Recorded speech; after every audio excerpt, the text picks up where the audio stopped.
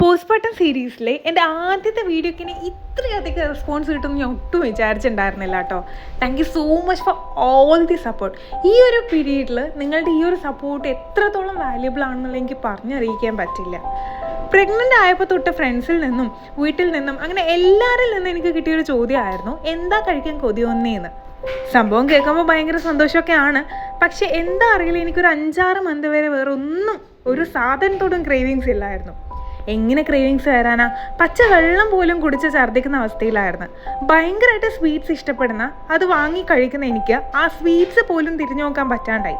അങ്ങനെ സ്വീറ്റ്സ് കഴിക്കാത്തതുകൊണ്ടാണോ അതോ പുതുതായി ഒന്നും കഴിക്കാത്തതുകൊണ്ടാണോ എന്നറിയില്ല, 4-5 കിലോ വരെ ഞാൻ ആ ഒരു ടൈമിൽ കുറഞ്ഞിട്ടുണ്ടായിരുന്നു. 6 മന്ത് ആയപ്പോൾ ഡോക്ടർ 3ാമത്തെ പ്രാവശ്യം വോമിറ്റിങ്ങിന് വേണ്ടിയിട്ടുള്ള ടാബ്ലറ്റ് മാറ്റി തന്നു. 1 പഴിച്ച 3 എന്നാണല്ലോ, അതുകൊണ്ടാണോ എന്നറിയില്ല, ആ ഒരു ടാബ്ലറ്റ് അങ്ങ് ഏറ്റു. പിന്നെ വോമിറ്റിംഗ് വലുതായിട്ട് വന്നിട്ടില്ല. ഇതൊക്കെ കൊണ്ട് 7 മന്ത് തൊട്ടിട്ടായിരുന്നു എനിക്ക് ക്രേവിങ്സ് വന്നതും അതൊക്കെ സാറ്റിസ്ഫൈ ചെയ്യാൻ തുടങ്ങിയതും. ഡെലിവറി കഴിഞ്ഞിട്ടും ആ ക്രേവിങ്സ് അടങ്ങിയില്ല കേട്ടോ. ഒരുപക്ഷെ പ്രഗ്നൻസിയൊക്കെ കൂടുതൽ എനിക്ക് ക്രേവിങ്സ് ഒക്കെ തോന്നിയിട്ടുണ്ടായിരുന്നത് ഈ ഒരു പോസ്റ്റ്മോർട്ടം പീരീഡിലായിരുന്നു. നിങ്ങൾക്ക് എങ്ങനെയായിരുന്നു? പ്രഗ്നൻസിയിലാണോ ഡെലിവറിക്ക് ശേഷമാണോ കൂടുതൽ കൊതികളും വിശപ്പൊക്കെ? കമൻറ്റ് ചെയ്യട്ടോ.